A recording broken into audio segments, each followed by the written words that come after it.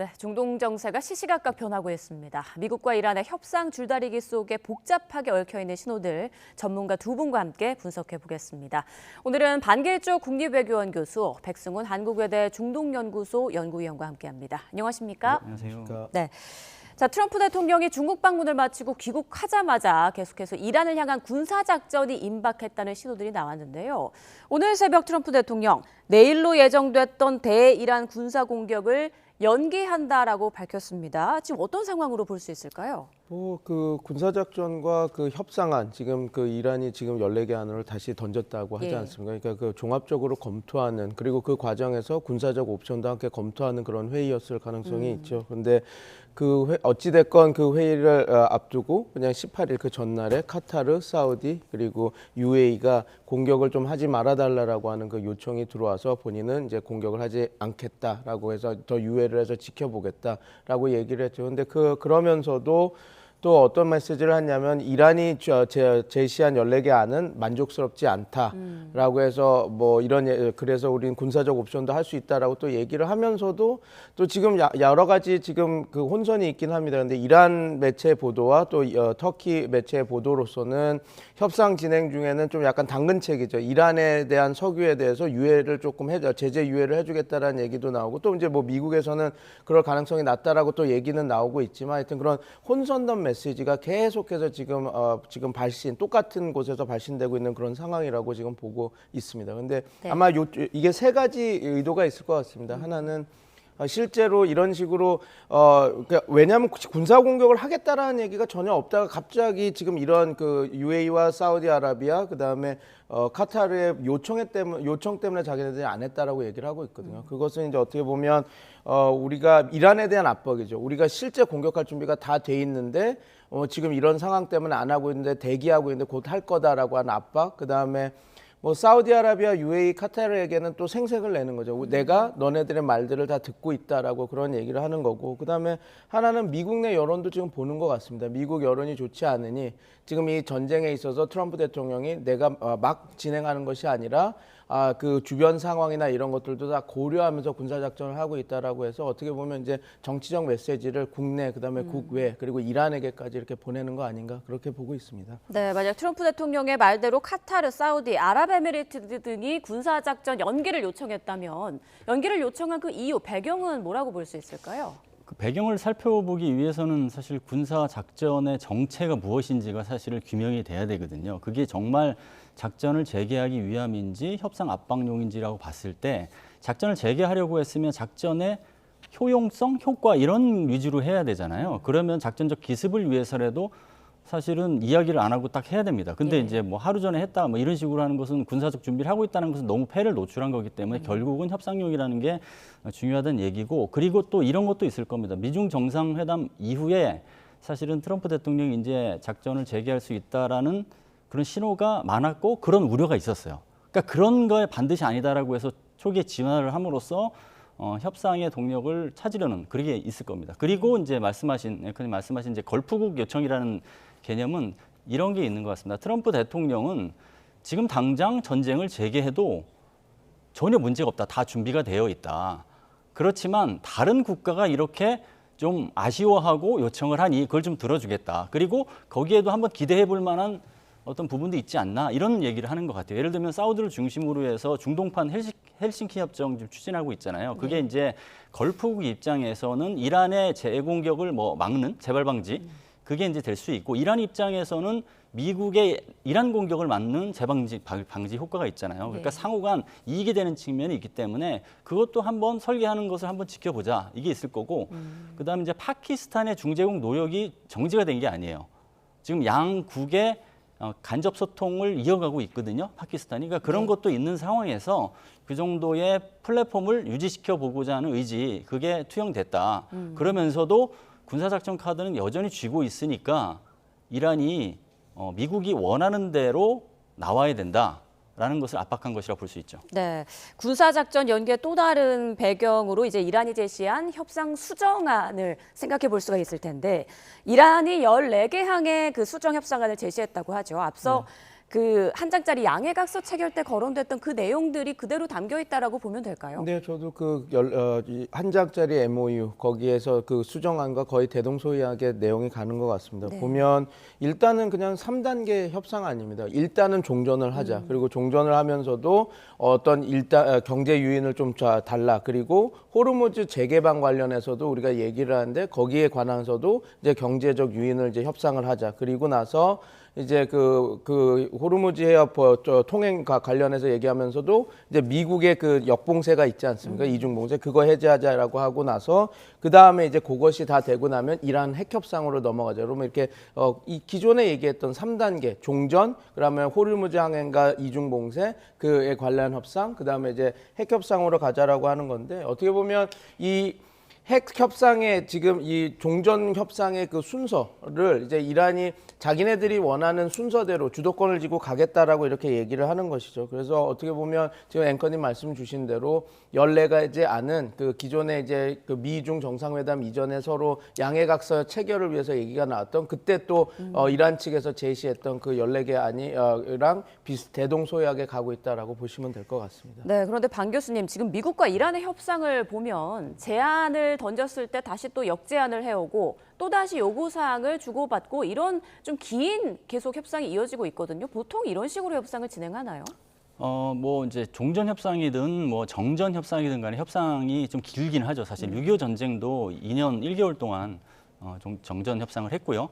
그다음에 러시아 우크라이나 전쟁도 사실 지금 4년째 종전 혹은 휴전 협상 모두가 계속 진행되고 있거든요. 이게 오래 걸리는 건 사실입니다. 그럼에도 불구하고 미국과 이란의 어떤 팽팽한 줄다리가 좀 다른 지점은 두 가지 측면을 살펴볼 수 있는데 첫 번째는 누가 제안하느냐, 즉 제안 배틀이거든요. 누가 제안하느냐는 사실은 그 주도권 경쟁에서 다른 지점이 있거든요. 제안하는 측에서 의제를 선정을 하고 어디까지 요구할지는 상한선을 정하는 그런 측면이 있기 때문에 주도권 경쟁 측면에서 유리한 고지를 점하고자 하는 셈법이 담겨 있는 게 하나 있고 두 번째는 지금 미국과 이란의 이전 교착 상태가 어느 일방의 협상력 혹은 군사적 절대적 우위를 이어가지 못하기 때문에 이게 교착 상태가 될 수밖에 없어서 이렇게 제안과 역제안이 공회전하는 식으로 이루어진다. 그래서 이게 이제 풀리기가 쉽지 않은 게 사실입니다. 앞서 그 진행된 합의에서 미국의 핵심 요구는 우라늄 농축 20년 중단, 그리고 핵심 핵시설 완전 해체 등 핵 관련 요구 등이 담겨 있었는데 지금 이란 쪽에서 받아들일 수 있는 만한 게 있습니까? 3가지 정도는 있다고 봅니다. 예. 양보할 양보할 수 있는 거. 그게 하나가 이제 일부 고농축 우라늄을 희석시키는 거죠. 그러니까 일부가 아니라면 그것도 다 60% 농축 우라늄을 다 아마 전량을 이제 그 3.67% 아니면 뭐 1.5% 더 내추는 수준은 당연히 할 수가 있을 겁니다. 그리고 그 일부 고농축 우라늄을 상당수 그것도 일부도 또 상당수를 이제 3국으로 이제 그 반출하는 것이죠. 그게 이제 오바마 행정부 때 있었던 JCPO에서도 그 11톤이라고 하는 그 20% 농축 우라늄을 희석한 거를 러시아로 보낸 적이 있거든요. 그래서 이게 또다시 러시아 혹은 러시아가 아니더라도 IAEA 감시하에 어떤 그 프랑스나 다른 뉴클리어 서포트 그룹이라고 그런 그 농축 우라늄을 그러니까 희석시키고 반출하는 그런 것 역할을 할 수 있는 국가로 빼는. 그렇지만 이제 미국은 미국에게 전액을 갈 수는 없고요. 그래서 일부는 그런 국가 그리고 일부는 그 미국에게 이렇게 보낼 수 있는 그런 것들은 충분히 합의가 가능할 것 같습니다. 그리고 IAEA 사찰을 지금 이란은 1967년 그 NPT 체제에 승인을 해서 거기에 대한 사찰만 봤는데 그거보다는 조금 더 뭐 93 추가 의정서 수준까지는 아니더라도 조금 더 높은 수준의 그 사찰을 일정 부분 그 감당하는 거 그리고 받아들이는 거는 이란 입장에서도 충분히 받아들일 수 있고 협상 카드로 쓸 수 있는 부분인데 예. 말씀 주신 대로 완벽한 핵 시설의 해체 그러니까 뭐 이스파한, 나탄스, 포르도 여기에 있는 그 이란이 갖고 있는 여러 가지 지중화된 그 핵 시설에 대한 완전한 폐쇄에 대해서는 아마 지금 어떠한 경제적 유인이나 다른 어떤 단계적 조치가 있지 않는 이상 완전 폐쇄는 받아들이기 쉽지 않을 것입니다. 그다음에 20년 농축 중단인데 그것도 이란 입장에서는 가능성이 있는 것이라면 오바마 행정부처럼 15년을 니네들이 동결을 하면 그 다음에 너네들과의 신뢰가 구축되면 그때 농축 우라늄 프로그램을 가질 수 있게 해주겠다라고 하는 어떠한 조건들이 붙으면 20년을 받아들일 수 있는데 그것이 아니라 무조건 동결하고 그 다음 끝은 폐쇄다, 다 폐기다 이렇게 한다면 이것도 받아들이기 좀 쉽지는 않은 아닌 것 같습니다. 그리고 이제 어떻게 보면 이제 핵물질 같은 농축 프로그램 자체를 가질 수가 없다. 핵 주권에 관한 거거든요. 그러니까 농축 프로그램은 너네들이 가질 수 없다라고 하는 것은 뭐 지금 그 중국과의 그 왕이 외교부장과의 얘기에서도 나왔던 것처럼 그것은 우리가 상징적인 수준이라 하더라도 NPT 체제 내에서 주권국이라고 하면 가질 수 있는 것이 핵 주권이기 때문에 농축 우라늄 프로그램을 아예 다 갖지 말라라고 하는 것. 그냥 어떤 조건이 붙은다면 이란도 받아들일 수 있겠지만 경제 제재나 어떤 신뢰가 구축되는 과정에서 단계별로 이렇게 하는 것이 아니라면 이란 입장에서는 지금 트럼프 대통령의 지금 그랜드 바게닝 그냥 네. 포괄적으로 한 번에 지금 여기서 포기를 해라라고 했을 때 이란 입장에서는 받아들이기 쉽지 않은 그런 부분이다 이렇게 보시면 될 것 같습니다. 네, 그런데 이번 이란의 수정 답변에 대해서 미국 측에서는 두 갈래 반응이 동시에 나오고 있습니다. 트럼프 대통령은 이란의 새 종전안에 대해서 매우 실망했다라고 얘기를 하고 있고 또 미국이 이란의 요구를 일부 수용했다라는 보도도 나오더라고요. 이건 어떻게 해석해야 될까요? 이거는 이제 트럼프 행정부의 이제 전략이라고 봐야겠죠. 뭐냐면은 이제 대화를 하면서 군사 공격을 같이 이어가는 투트랙 전략이라고 봐야 될 것 같습니다. 즉 이제 이란에서 이제 얘기한 게 석유 제재 유예 이게 이제 미국이 어느 정도 이제 제시한 거다라고 얘기하는데 이게 자칫 미국의 양보로 비춰지면 안 되잖아요. 그것을 단속하는 것이죠. 예. 그래서 상응하는 선물을 이란도 줘야 된다라는 식으로 압박을 하면서 그렇게 상응하는 선물을 안 주면 결국은 남는 것은 군사 타격이다라고 하면서 대화와 군사작전 재개라는 카드를 동시에 쥐고 있다. 어느 한쪽으로 기울어진 게 아니다라는 신호를 준 것이죠. 그게 사실 이제 엇갈린 신호가 아니라 엇갈린 신호를 통해서 고강도 전략을 구사하는 것이다. 이렇게 보는 게 맞는 것 같습니다. 네, 양손에 다른 카드를 다 쥐고 있는 거다라는 말씀이신데 지금 미국 군용기가 탄약을 싣고 이스라엘에 도착했다라는 소식도 전해졌고요. 또 미국 내 강경파 쪽에서는 트럼프 대통령에게 이란 에너지 시설을 때리자 이렇게 촉구했다라는 얘기도 전해지고 있습니다. 자, 이번 합의도 불발될 시에 대규모 군사 공격으로 갈 가능성 있다고 보십니까? 저는 대규모 군사 공격은 쉽지는 않을 거라고 봅니다. 저는 물론 이제 미국의 강경파 그리고 이스라엘 쪽에서는 이스라엘 쪽에서는 전술핵도 쓸 수 있다라고 하는 이야기가 좀 잠깐 나왔었으니까 물론 네. 그러니까 그게 어떤 위협 압박용 카드였다라고 저는 보고 있지만 그냥 어찌됐건 트럼프 대통령의 워딩은 풀 스케일 공격을 할 거다라고 이렇게 얘기는 했습니다. 그러니까 협상이 불발된 경우엔 그렇다고 얘기했죠. 그러나 현실적인 시나리오는 제한적인 공습 아니면 해상 작전이 되지 않을까 저는 그렇게 보고 있습니다. 그래서 지금 더 협상이 진행되는 그것을 봐야 되겠지만 하르그 섬을 공격한다던가 아니면 그 이란에 대한 그 전력 시설이나 인프라 시설을 공격하는 것은 리스크가 큰 거거든요.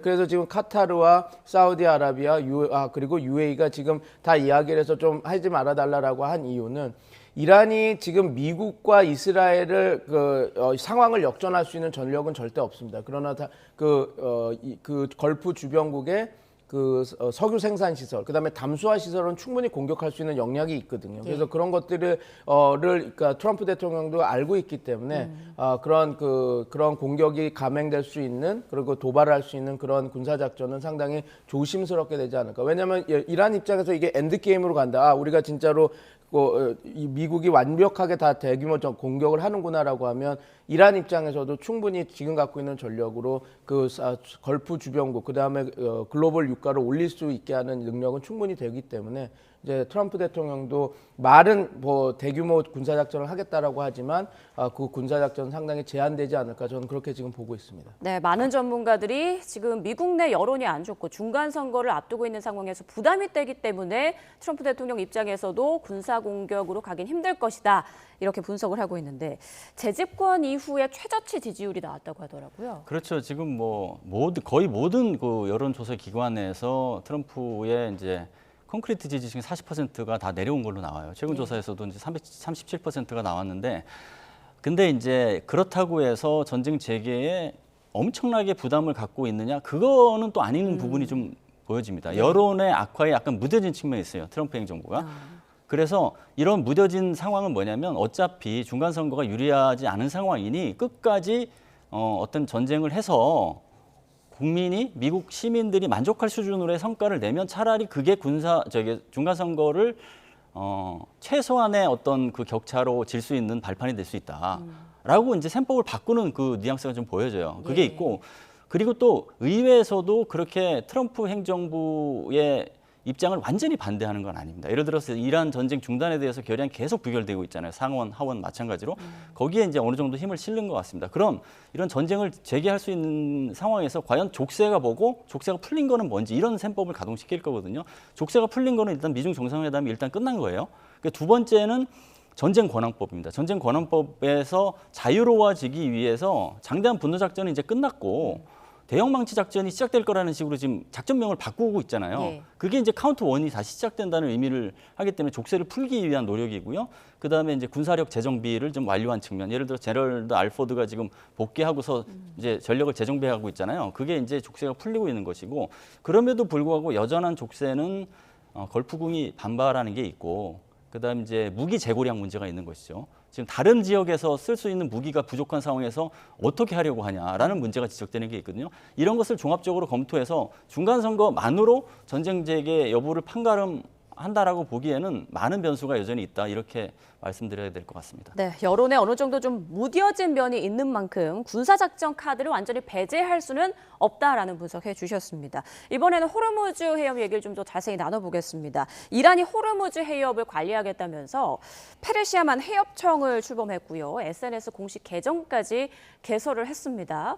지금 호르무즈 통제권을 공식화하려는 그런 움직임을 계속 보이는 것 같아요. 네, 맞습니다. 지금 이란 입장에서는 협상 국면에 가더라도 이걸 제도화가 돼야지 그걸 바탕으로 자기네들 협상력을 올리고 이걸 포기할 듯이 받을 수 있는 그런 경제적 유인에 대한 그 요청을 조금 더 명분이 설기 때문에 이렇게 하는 것인데요. 저는 근데 누차 말씀드리지만 이 호르무즈 해협 통행료를 걷는 이런 것들 물론 이란은 그것을 유지하기 위해서 자기네들이 할 수 있는 모든 노력은 지금 하고 있지만 예. 아마 지금 종전이 되게 되면 이걸 유지할 수 있을지는 조금 저는 회의적으로 보고 있습니다. 왜냐하면 지금 미국과 중국이 정상회담에서 서로 대립각을 다 세웠지만 호르무즈 통행료에 관련해서는 같은 목소리를 냈거든요. 예. 통행료는 우리가 받아들이지 않겠다. 왜냐하면 이게 호르무즈 해협 그게 어떻게 보면 그런 국제 해협을 그냥 그리고 그 자연스럽게 만들어진 해협에 대한 어떤 영유권이나 통제권을 이제 허락하기 시작한다면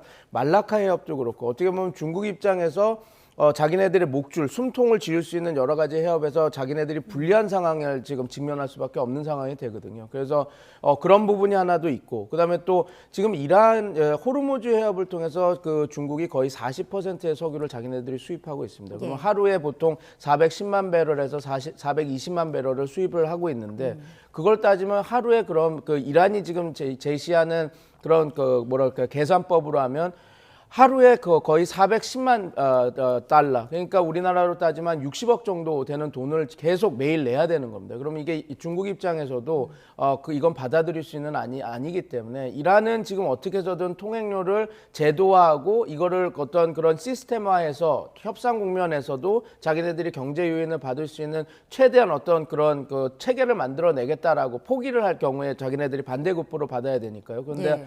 과연 이런 것들이 이란의 그 의도대로 갈 수 있을지는 저는 조금 회의적으로 보고, 물론 그렇지만 이란 입장에서는 자기네들이 쓸 수 있는 가장 큰 협상력을 높이는 카드는 호르무즈 통제권 그리고 통행료이기 때문에 예. 계속해서 이런 조치들은 취할 것이다. 그러나 그게 과연 실제적으로 이란이 원하는 데 결과를 낳을지는 저는 조금 회의적으로 보고 있습니다. 그리고 호르무즈 해협에서 이란이 해저 케이블을 볼모로 삼는다는 얘기도 나왔습니다. 호르무즈 해협에 인터넷 케이블에 요금을 부과할 것이다라는 언급이 나왔고 또 이란이 해저 케이블을 공격할 가능성까지 제기되고 있는데요. 이 부분은 앞으로 어떻게 좀 전개가 될까요? 이란이 이제 볼모 작전에 나름 여러 가지 이제 이득을 봤죠. 그 볼모 작전을 이제 시즌 1, 2, 3로 확장하겠다는 거거든요. 시즌 1은 뭐였냐면 호르무즈 해협의 봉쇄, 그다음에 걸프 지역 민간 시설, 상업 시설 공격. 이게 볼모로 통해서 사실 이게 이란 전쟁이 아니라 지역 전쟁, 그다음에 전 세계가 영향을 받는 전쟁으로 바뀌었잖아요. 네. 거기에서 이득을 본 것을 계속 챙겨 나가겠다고 하면서 시즌 2 볼모 카드로 이제 쥐고 있었던 게 홍해고, 그 시즌 3가 사실은 해저 케이블이었거든요. 근데 시즌 3가 먼저 나올 수 있다는 얘기를 한 거예요. 그 시즌 3를 내는 저게 이제 구사하는 방법은 첫 번째는 유지 보수에 대한 독점권을 갖는다. 그래서 통행료 비슷하게 이 해저 케이블의 어떤 그 관리하는 측면에 돈을 좀 받겠다. 그리고 그게 원활치 않을 경우에는 이제 공격도 하겠다. 뭐 이런 식이잖아요. 그래서 결국에는 이런 해전 케이블을 볼모로 해서 호르무즈 해협에 주도권 장악에도 유리하고 그다음에 협상력에도 유리하다 이런 식으로 해서 볼모 작전을 이어간다 이렇게 설명을 드릴 수 있을 것 같고요. 네. 그리고 이제 이 해협청에서 이것도 어떻게 보면 이제 주도적으로 관리할 수가 있어요. 근데 이제 페르시아만 해협청이라고 했잖아요. 예. 호르무즈 해협청이라고 안 하고 그거는 이 호르무즈 대신에 페르시아만을 이제 바꿔 쓴 것은 지금까지 80여일간은 호르무즈 해협의 통제권, 주도권을 장악하기 위한 작전이었다고 하면 이제부터는 호르무즈 해협을 확장하기 위한 작전이 시작된다라는 측면도 있기 때문에 사실 전선의 상황이 녹록해지지 않고 있습니다. 네. 자, 마지막 질문이 될 것 같은데 해저 케이블을 통제하거나 파괴할 경우 디지털 재앙이 올 수 있다라는 분석도 있고요. 그렇게 큰 영향은 없을 거다라는 그런 전망도 있습니다. 어떻게 분석하고 계세요? 저는 이제 전 세계적인 영향력은 좀 낮을 텐데요. 그러나 지금 걸프 국가들은 피해가 막심할 겁니다. 그러니까 UAE나 사우디아라비아나 카타르, 바레인 거기에 그 해저 케이블에 직접적으로 연결이 돼서 금융망이나 이런 것들을 만들어 놨던 그런 걸프 주변 국가들은 피해가 크기 때문에 결국은 지금 이란이 쓰고 있는 것은 저 여러 가지 지금 그 반 교수님께서도 잘 말씀 주셨지만 볼모를 여러 가지 레벨로 하고 있는 겁니다. 저기 바벨 만렙을 막으면 그거는 전 세계적으로 도발을 하는 것이니 예. 지금은 그거를 좀 제한해서 리저널 지역 그러니까 걸프 국가들에 대해서 부과하는 요금을 올려서 이거 자기네들이 억지력을 가져가겠다라는 거죠. 그래서 요번에 그 카타르나 사우디아라비아나 UAE가 얘기를 해서 트럼프 대통령한테 얘기를 해서 이 전쟁을 조금 좀 공격을 좀 멈춰달라고 얘기한 것도 그럼 이란이 그러면 어떻게 보면 지금 도발하는 것도 상당히 자기네들이 그냥 무차별적인 도발이 아니라 나름 자기네들이 공세 수위를 그거에 맞게 올려가고 있는 하나의 작전으로 쓰고 있다 그렇게 보시면 될 것 같습니다. 네, 알겠습니다. 아직까지 종전 협상의 끈은 살아있는 그런 모습인데 부디 양국이 잘 좀 조율을 해서 상황이 나아지길 기대해 보겠습니다. 자, 지금까지 반길조 국립외교원 교수, 백승훈 한국외대 중동연구소 연구위원과 중동 상황 짚어봤습니다. 고맙습니다. 감사합니다.